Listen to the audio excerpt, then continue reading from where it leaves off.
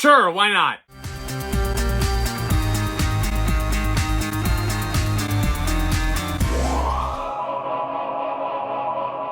So The Beekeeper is a movie that exists on planet Earth. Only in January, my friends. This was directed by David Ayer, who brought you movies like Training Day and Fury, both of which are awesome. And yeah, that 2016 Suicide Squad movie exists too. Listen, I don't hate that Suicide Squad as much as a lot of other people do. That came out at a time in my life where I needed to cheer me up. So I'm a little bit more biased towards that movie and defending it. And here he is in a new action movie starring Jason Statham, which can only mean one thing.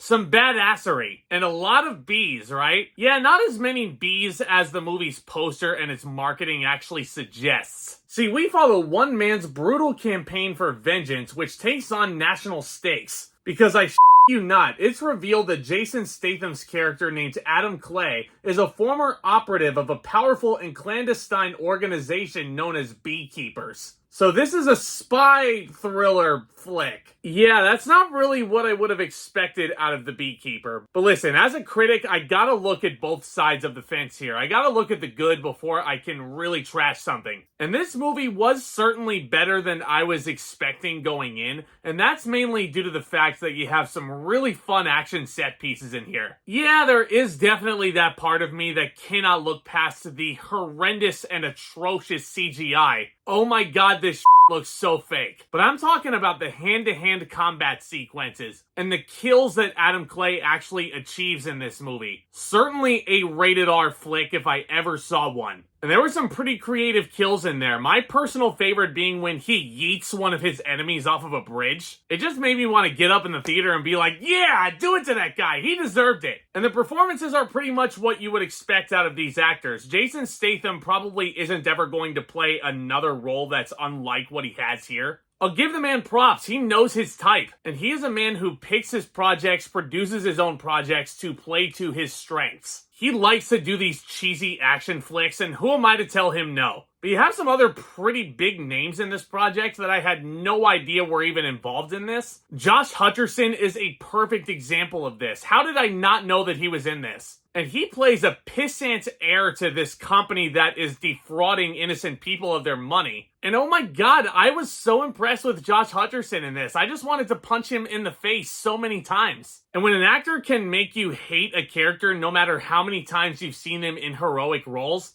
good. That means he knows he's doing his job. Jeremy Irons is in this movie as well, and he is so freaking over the top on the villainous side. I don't really have many issues in terms of the movie's bread and butter, in terms of the action and the performances.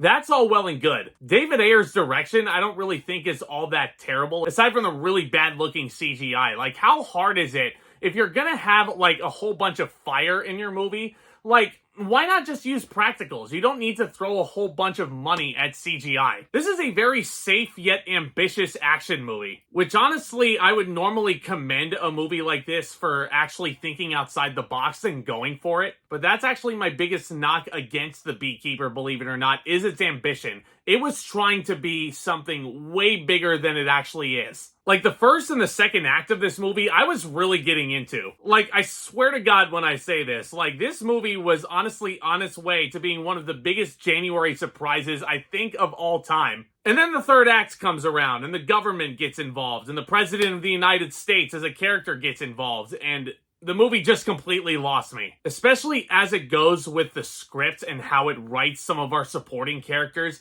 Like, I had no idea what side of the fence they were on. Were they heroes? Were they villains? The motivations of some of these characters were completely lost in here, and I was left ultimately very confused by some of this movie, actually. And again, the movie was marketing The Beekeeper. Like, you would expect a whole bunch of bee-related kills in this, and you don't really get that. Like, if you're going in here expecting Jason Statham to go in there and just unleash his horde of bees, basically to the point where they sting his enemies so much so to death. Like, for a movie that was as ambitious as it was in regards to the spy thriller genre and trying to be a part of that, the movie never really got as creative with the kills as I would have liked. So again, this is a passable January release. I can't really sit here and tell you guys, hey, this is something you have to go out of your way to see it on the big screen. If you do happen to see it on the big screen and you have some spare change, why not? There's worse things you could be watching. I think especially if you're a fan of Jason Statham, and to an extent,